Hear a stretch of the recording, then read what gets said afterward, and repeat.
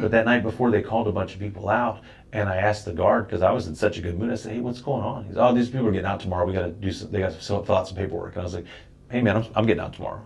He's like, not if they didn't call your name. I'm sorry, what? And I was pushing my button in my cell constantly. Hey, I'm getting out tomorrow. I need you. Hey, I'm supposed to. Do I need to fill out paperwork? What do I need to do? And the guy was like, look, if you're not on this list, you're not getting out. That's what the guard kept saying. And I'm like, wait a minute. This is Jim Bratton Podcast. You may enjoy some, or all, or none. Now, here's Jim. Alrighty. Hi, this is Jim Bratton Podcast again. This is Episod 6 of Locked Up. This will be our final episode, by the way. We're with Robert Serna. Robert, thank you very, very much. Last episode, we talked about medical. And that was... Or the lack thereof. The lack thereof. And that was really probably the most negative episode that we've had, because you've maintained a pretty positive attitude through all this.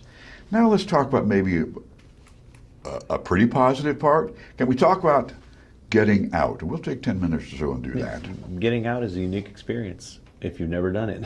Is this, okay, so do you spend your whole time there dreaming of getting out? No, like I said, honestly, prison was day to day. Your main goal main goal is to get through to the next day. So point B is today. Yes, point B is today. Getting out is, you really don't even think about it. I hate to say that until it gets really close. You just don't think much of it.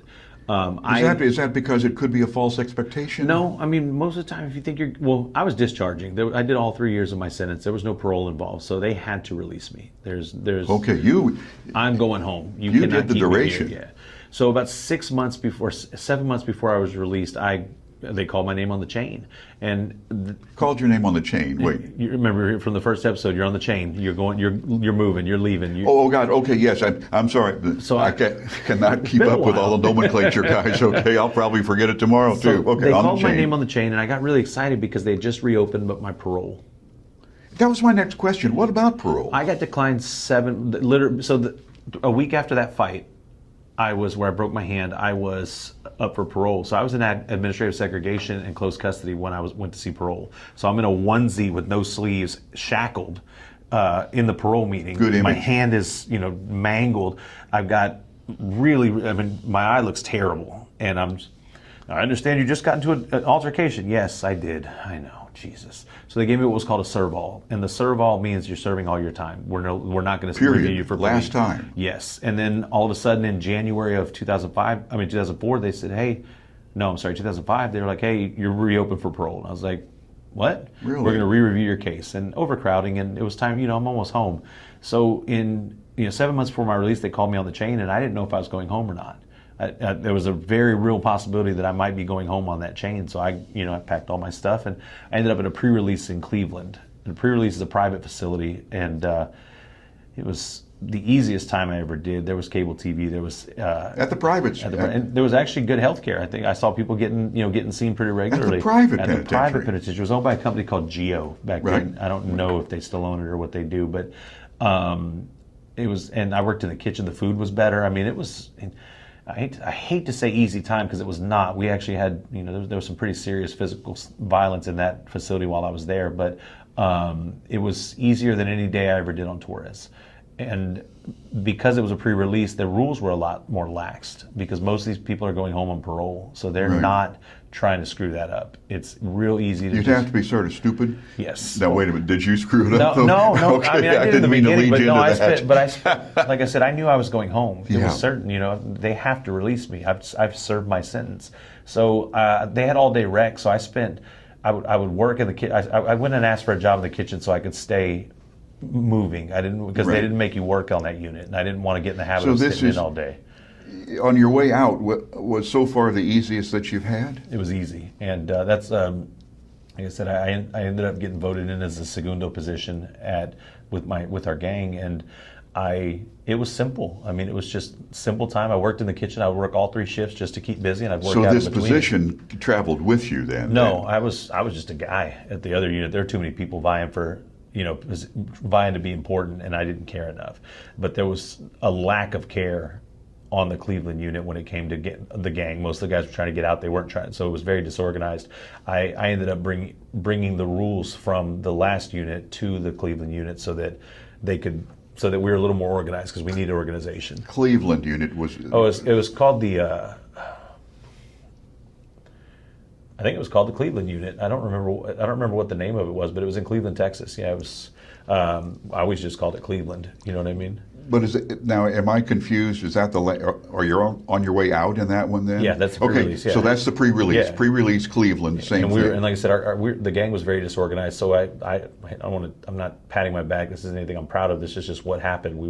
I helped organize it so that the homeboys were taking care of each other just a little bit better, because that's what I was sold on about the gang originally. Right. But so I spent 7 months just working out and working in the kitchen. I put on 70 pounds. I mean, I was in the best shape of my life. I was. And how much did gang management take of your time? Very little. Only when there was an issue, and there was only an issue on the Cleveland unit for us, I think twice. But a couple guys I know did not go home because of those issues. Did you have? I hate to get back to the structure here again. Did you have any difficulty becoming segundo? No, I mean, it was somebody nominated. One of the other homeboys, the guy that was the CIA, he was an old timer, and he was like, "Hey, I think this should be you." And I said, "Oh, okay, man." And so they took a vote, and there I was. I'm going to ask you a candid question. Did you have demonstrable leadership skills that made your way through the system where people knew that you were a leader? I don't think so on the Torres unit, because I was kind of an idiot. I hate to say that, but man, I was goofy. You know what I mean? I was down, and I could hold my own very well, but I used to, like I said, I made paper hats for New Year's, and I would decorate myself for Christmas. I mean, I was kind of an idiot. I was in the way these guys look at people. You know what I mean? I was a kid, but when I got to the Cleveland unit and I saw how disorganized it was, I don't know. I call it boredom. Call it maybe me fulfilling maybe also me fulfilling my own arrogance that I can fix this, and so that's what I tried to do, and it just kind of worked out for me there. I don't know that it would have worked on a larger unit with more homeboys. We only had 30 homeboys there total. So it was a small cluster to work with. Pretty easy, but that was the only unit where I got along with all the homeboys. Everybody was so chill. It was, like I said, the easiest time. Because you're on your way out, man. Nobody wants, like, all this stuff where people are like, oh, they'll try to screw up your out date. I have never saw that. People, man, the homeboys, we couldn't wait for one of the homeboys to get out. Like, it was exciting for us, you know what I mean? But no malice in trying to screw somebody none that out. I ever saw. And if it happened to anyone and I'm wrong, I apologize. But that's, from my experience, man, we couldn't wait for the homeboys to get out. When I got out, it was like a party. You know what I mean? I was wandering all over the unit. I got written up 4 times that night because I was saying bye to all the homeboys, and tell them to just honestly, they couldn't do anything to me. I was going home. There was no punishment they could give me. They had to let me go. So it didn't matter what I did. But so I did that for 7 months, and then which actually we went through Hurricane Rita on the Cleveland unit, and I was part of the team. There was only 8 of us that fed the whole unit the whole time. We were without power for 2 weeks. And on the Torres unit, that would have been the most terrifying time I'd ever experienced on the Cleveland unit. It just wasn't that serious. You know what I mean? Yeah. But so I did that for about 7 months, and then 2 days before my release date, which was December 2nd, 2005, they notified me that I was going to be on the chain. And cool, all right, it's time to go home, So I gave away all my stuff. I had a really, I don't want to call them nice, but I had a really clean pair of Converse tennis shoes that they no longer offered. So everybody was trying to get them. I mean, I all my stuff, I had a lot of stuff that I'd acquired, all, electronics and, devices that you could get. And I gave everything away to the homeboys, everything, that were going to be there for a while. Those are prized possessions. Some of them, because some of the stuff, like I said, those shoes you couldn't get anymore, and they were comfortable. You know what I mean? A comfortable pair of shoes in TDC goes a long way. Okay. How about the electronics? I didn't know you could do. You just brought up, every time you say something in passing, I think, well, I didn't know that. I had an alarm clock. Yeah. And they had a radio, which, Uncle Steve's Underground Garage on the classic rock station when I was in Cleveland, every Sunday was just, I couldn't get enough of it. We had a hot pot. And those were all plug-in. Were they worried about the cords or anything? Not that I've ever, not as a... No, everybody seemed to be pretty chill about it. I mean, there was a couple of other electronics that were no longer available. I don't know what you call them, but a stick you could put in your coffee cup to heat the water. Oh yeah, I know what you mean. Yeah, man, now I drew a The blank for the word. instant coffee, Yes. but I've seen those. So Yeah, instead, little- they moved up to hot pots, and then Yeah. by the time when I got there, it was a certain kind of hot pot. So when I left, it was a different kind because mine was set up so that it would boil. The new ones didn't boil. And you get those through the commissary? Through the commissary, With yes. credits? With money people send you, put on your books, and then Right. I also did a lot of gambling when I was on Torres, so that's how you acquire stuff too. And you could get watches, you could get, I mean, there's a lot of really odd things that you wouldn't think are that important on the commissary, No. but they're there. You can get a religious medallion of sorts, Right, if you, I mean, right. which I appreciated that they had all the major ones covered. You know what I mean? I'm sorry to get so sidetracked No, on you're this, okay. but every time you say something, it reminds me of a question that I've had for a long time, and No, you're fine, man. This is it's unless you've been there, a lot of it just stuff you don't think about. No. Little things that are I don't want to say taken for granted out in the world, but it's just something you wouldn't think would be important until you don't have it or you don't have regular access to it. But so I had an alarm clock and I had a hot pot, and they were the original you style. gave those away. I gave those to friends, yeah. Especially guys that didn't have commissary, because I mean they were used. You know, that was part of being in the clique. You know, hey, can I borrow your hot pot? Yeah, man, go ahead. You know, no big deal. But they called me on the chain. And interesting, we were talking about medical. I had cut myself shaving, right? and I assume it got some kind of infected because it was kind of gross. And Yeah. I was pouring boiling water on it, trying to clean it. God, make sure you it guys didn't- and your boiling water, gee, Boiling water will cure an infection in I'll a bet cut. it I will. can tell you. I'm sure it I've got scars from it, but it's still, you know, it took care of you. I never got staph when I was in prison. Do you have a much higher pain threshold now than when you went in? No, I think I have a naturally high pain threshold, and so that helped. But Was everybody pouring boiling water a on lot them? of guys were, and a lot of guys didn't take it as good as I did.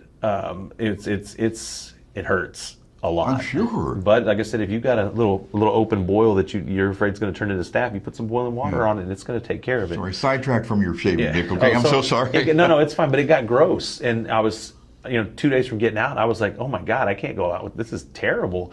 And so I tried to get seen by medical, and they're like, absolutely not. You're leaving. You're not getting any care. No Get the hell free- out of here. all that Go to the free clinic. care is Yeah, go gone. to the clinic. If there's free care in the world.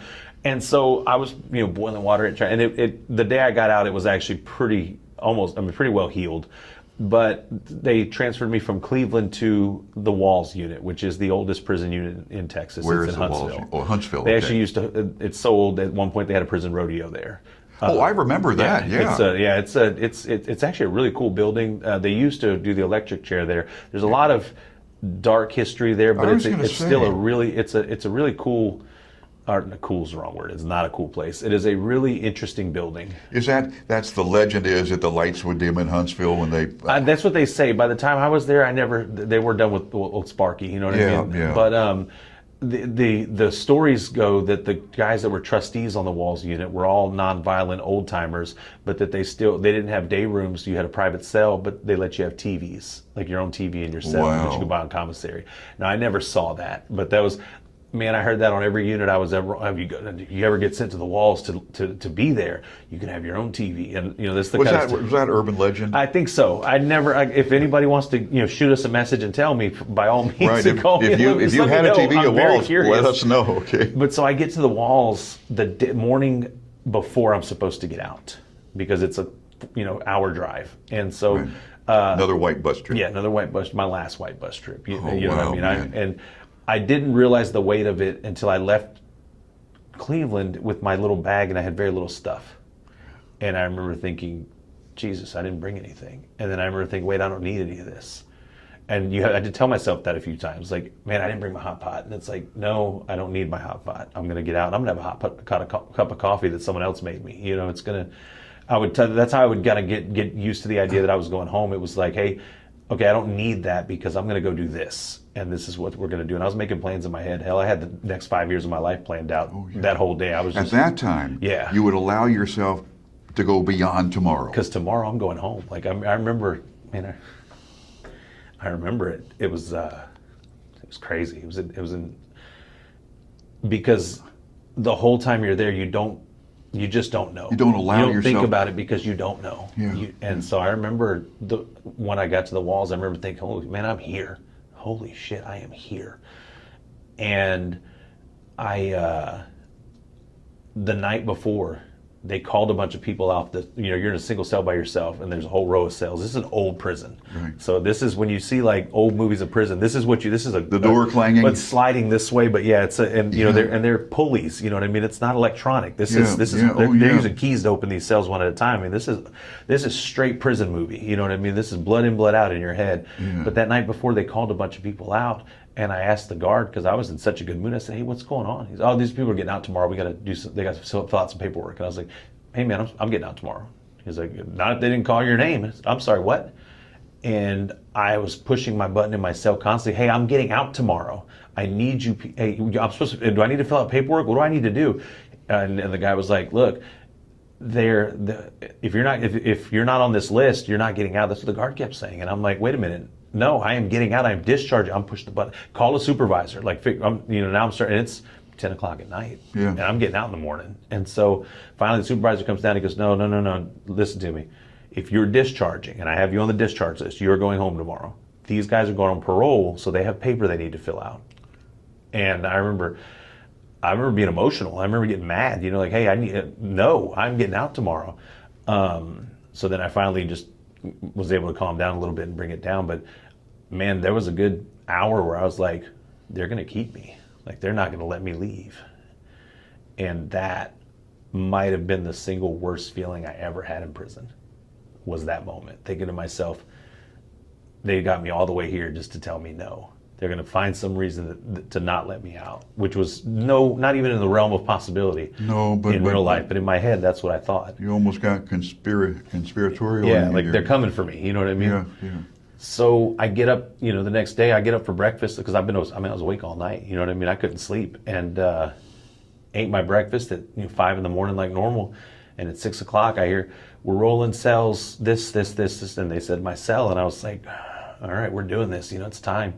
And you go into this big long room and one last naked shot, you know what I mean? There's a bunch of guys standing there, but they let you shower first. I was appreciative of that. They did let us shower, but then we're all standing there butt naked and they're asking, all right, here's your clothes. Here's your clothes. They're just giving out, used clothes that they have. And I had the goofiest pair of pants and the stupid flannel shirt, with my prison tennis shoes. And I asked for a belt because the pants didn't stay up very well. And the guy was like, you shut the fuck up, is what the guard said. And I was, hey man, okay, I don't need a belt. No belt. You're right. What belt? You know what I mean? So I was sitting there and a guard comes. And you got your little duffel bag with you? It's like a laundry bag. It's like a mesh laundry. Yeah, and all it's got is like letters. I saved I didn't save many letters. I saved a few, but I also saved all the greeting cards that my grandmother sent me. Yeah.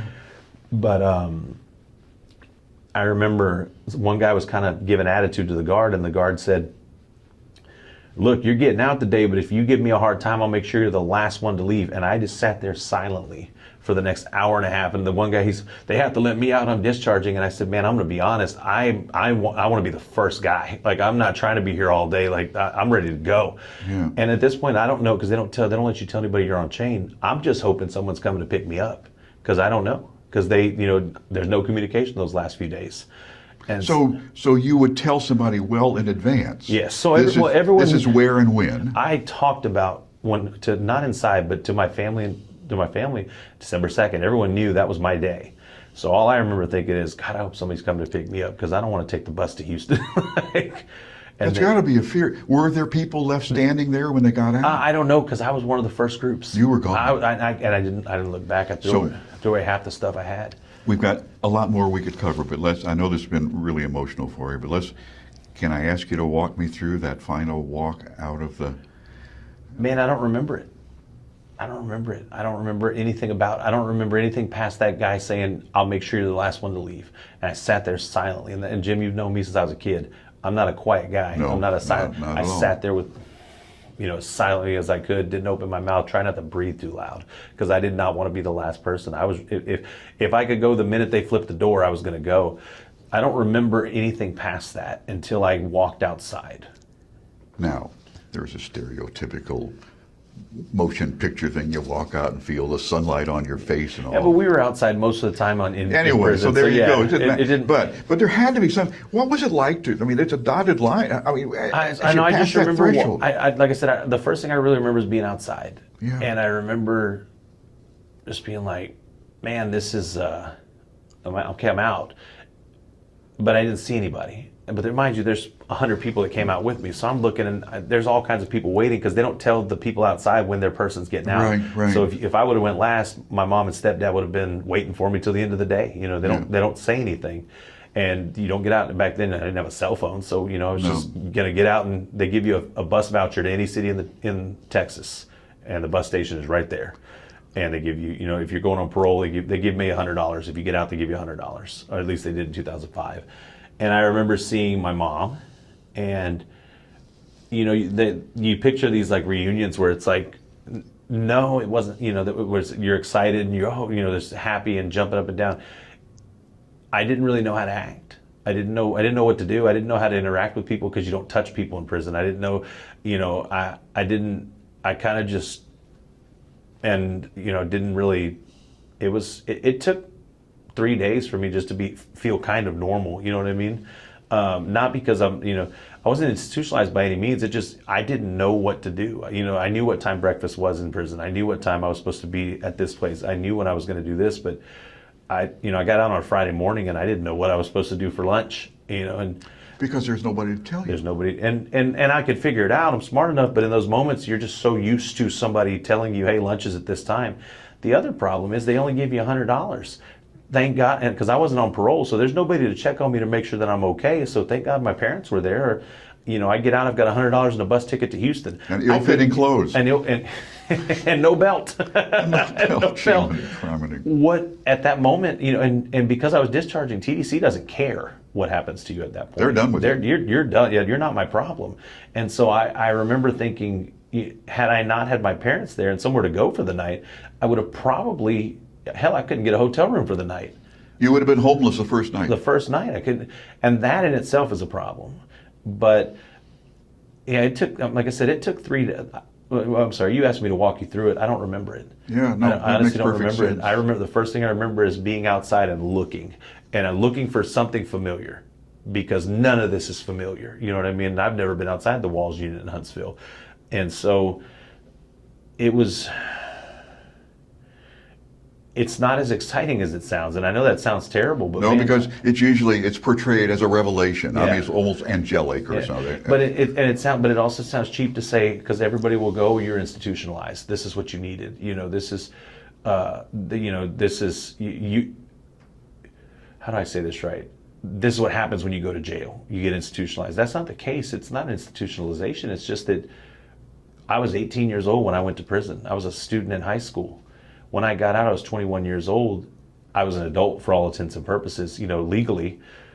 I had never been one before. You'd skip that whole process. I skipped that whole growing into being a functioning adult. And for that whole 3 years, I didn't have to be.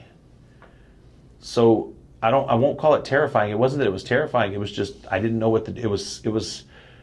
It was numbing, because I honestly didn't know what to do. Hell, it took me 6 months to really get used to just the fact that I had to make sure I went to work. You know what I mean? I had to make sure that I got up at this time, that I had to do this. And again, thankfully I had a family that was supportive. I had $100 to my name. If I didn't have that, there is a 99% chance that I would have went back to prison, because what else was I going to do? Like, you know, live on the street, start, you know, bumming. And once at that point, had that happened, there's no way I would be here now. Yeah. You know what I mean? How do you get out of that from that? And how did you? We're running way long on time, but this is so intriguing, Robert. Yeah, I mean, honestly, I just decided one day I wasn't going to be the statistic. And 85% of inmates under the age of 25, when I was incarcerated in Texas, go back in the first 3 years. 85%. Is that a milestone? I threw a party on my third year. Okay. I did. Because I broke that statistic. Yeah. Something like 60% of inmates in the state of Texas reoffend, regardless of the age. It's that bad, and so that made getting out harder. I've said this before, and I don't like saying it, but certain aspects of prison were easy. Certain aspects of life are not, and so at that age, I totally understand why guys reoffend. Yeah. There's so much. It's easier. It's a simpler option. You know what I mean? And unfortunately, the state of Texas doesn't make it any easier for guys to get out. the felons are treated as second-class citizens, and to a degree, rightfully so. We did commit a crime. Right. We did, we need to view the consequences, but the state of Texas makes it almost impossible for a felon to succeed once they're released. Like I said, that's why the statistics are so, high for reoffense and reoffending. It's designed that way. You managed to succeed. Better than most, I think. Yeah. But that's Successful business owner. Yeah, but my success hinders on a couple. I got lucky. I have an absolutely wonderful wife that takes. Man, she saw something in me that I don't even know that I saw at that point. It sometimes takes a spouse to look beyond what you see yourself. Yeah, and and also very supportive family. My family's been pretty supportive over the years. Yeah. In their own way, in different ways. Right, but understood. And also, therapy. Unfortunately, therapy. Mental health for former inmates is a serious problem, and because it's hard. You get out. When I got out, my wife and I were engaged. We lived in an apartment in Katy. I couldn't be on the lease, even though I was the one paying the rent. The city of Houston the state of Texas passed a bill that set up a few years ago that was supposed to make it easier for ex-offenders to don't let me say ex-offenders, it sounds like something else, but for ex-felons to get into apartments and stuff like that by taking the liability off the property owner. Right. It was a fugazi. It was fake. It still left the property owner's discretion to decide if they wanted to. And so they just said no. We just decided, at that point, we still don't want to. So, looking for housing, looking for a job. I went to 36 interviews at one point before I found a job. And I was at the very open from the minute I got the call for the interview. I am a felon. If that's an issue, I'm okay with it. Just let me know. I went to 35 interviews that all sent me home because of my felony after I told them I was a felon. They tell you get out, and there's this note that they give you, said something about having paid your debt to society. Excuse me. You don't pay your debt to society, ever. Up until a few years ago, I'd still get searched every time I get pulled over. Because of your name? Because of my name. I was in a gang database because of my record, and I would get searched do you mind if we search? If I have to get a supervisor, it's going to take this long. No, go ahead and search my car. I hate to say intimidation, but it was. So, I guess the point is getting out was great, and I'm so happy to be in the world, but getting out is also its own set of challenges. And I'm 20 years later, and I still see those issues. Beginning of a new story. Yeah. Robert, this has been something. And I know it's been difficult for you, but I think I appreciate your candor very much. And I can see your life now looks pretty good to me. Okay? And I know it hasn't come easy. Robert, thank you very much for your time today. It's been a real pleasure. It's been an absolute pleasure. Thank you all for listening and watching. This has been Jim Bratton Podcasts. We hope you have enjoyed, been inspired, informed, angered, or otherwise emotionally stimulated. This is your booth announcer, Sierra Sakel.